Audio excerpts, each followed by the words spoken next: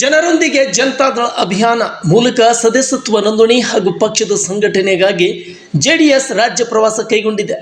ಕಳೆದ 2 ದಿನಗಳ ಹಿಂದೆಯೇ ಜೆಡಿಎಸ್ ರಾಜ್ಯ ಯುವ ಘಟಕದ ಅಧ್ಯಕ್ಷ ನಿಖಿಲ್ ಕುಮಾರಸ್ವಾಮಿ ಅವರು ರಾಜ್ಯ ಪ್ರವಾಸವನ್ನು ಆರಂಭಿಸಿದ್ದು, ನಿನ್ನೆಯಿಂದ 2 ದಿನಗಳ ಕಾಲ ವಿಜಯಪುರದಲ್ಲಿ ಪಕ್ಷದ ಸಂಘಟನೆಗಾಗಿ ಮತ್ತು ಸದಸ್ಯತ್ವ ನೋಂದಣಿ ನಡೆಸಿದ್ದಾರೆ.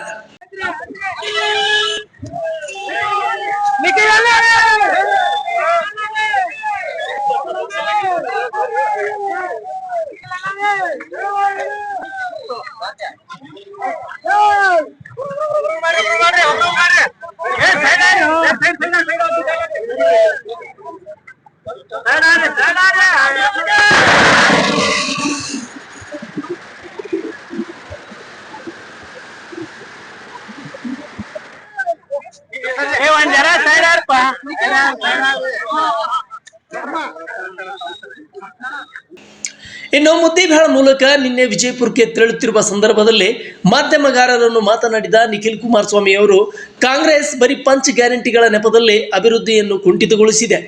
ಜೊತೆಗೆ ಬೆಲೆ ಏರಿಕೆ ಮಾಡಿ ಜನರಿಂದ ತೆರಿಗೆ ವಸೂಲಿ ಮಾಡಿ ಅವುಗಳನ್ನು ಪಂಚ್ ಗ್ಯಾರಂಟಿಗೆ ಉಪಯೋಗಿಸುತ್ತಿದೆ. ಜೊತೆಗೆ ಅವುಗಳು ಕೂಡ ಜನರಿಗೆ ಸರಿಯಾಗಿ ತಲುಪುತ್ತಿಲ್ಲ ಎಂದರು.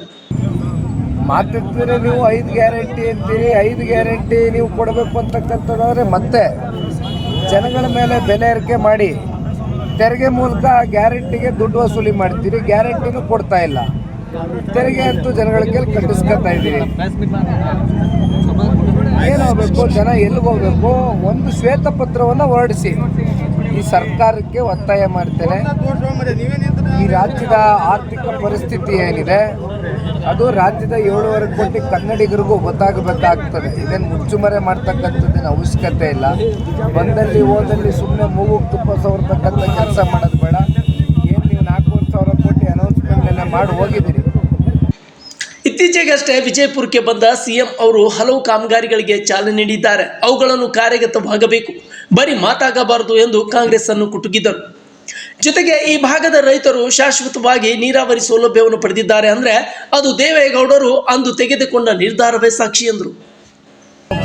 ಪೂರೈಸತಕ್ಕಂಥದಕ್ಕೆ ಸನ್ಮಾನ್ಯ ದೇವೇಗೌಡರು ಸಾಹೇಬರು ತಗೊಂಡಂಥ ಅವತ್ತಿನ ನಿರ್ಧಾರ ಬಹುಶಃ ಇವತ್ತಿಗೂ ಕೂಡ ಶಾಶ್ವತವಾಗಿ ಭಾಗದಲ್ಲಿ ನೀರಾವರಿಯಿಂದ ಕಾಣ್ತಕ್ಕಂಥದ್ದಕ್ಕೆ ಸನ್ಮಾನ್ಯ ದೇವೇಗೌಡರು ಸಾಹೇಬರ ಕೊಡುಗೆ ಜಾಸ್ತಿ ಇದೆ. ಇತ್ತೀಚೆಗೆ ನೋಡಿದ್ವಿ, ಬಹುಶಃ ನಿನ್ನೆ ದಿನ ಜಿಲ್ಲೆಗೆ ಮುಖ್ಯಮಂತ್ರಿಗಳು ಉಪಮುಖ್ಯಮಂತ್ರಿಗಳು ಬಂದಿದ್ರು, ಘೋಷಣೆಯನ್ನು ಮಾಡಿ ಹೋಗಿದ್ದಾರೆ. ಕೆಲವೊಂದಷ್ಟು ಲೋಕಾರ್ಪಣೆ ಕಾರ್ಯಕ್ರಮಗಳು ಶಂಕುಸ್ಥಾಪನೆ ಮಾಡಿದ್ದಾರೆ. ಇದೇ ರೀತಿ ಮಲೆಮಹದೇಶ್ವರ ಬೆಟ್ಟದಲ್ಲಿ ನಂದಿ ಬೆಟ್ಟದಲ್ಲೂ ಹೋಗಿ 3,500 ಕೋಟಿ ಅಂತ ಘೋಷಣೆ ಮಾಡಿ ಬಂದಿದ್ದಾರೆ. ಘೋಷಣೆ ಕೇವಲ ಘೋಷಣೆಗೆ ಸೀಮಿತವಾಗಿ ಉಳ್ಕೊಳ್ತಕ್ಕಂಥದ್ದು ಆಗಬಾರ್ದು. ಇಲ್ಲಿವರೆಗೂ ಅದೇ ನಡ್ಕೊಂಡ್ಬಂದಿರೋದು.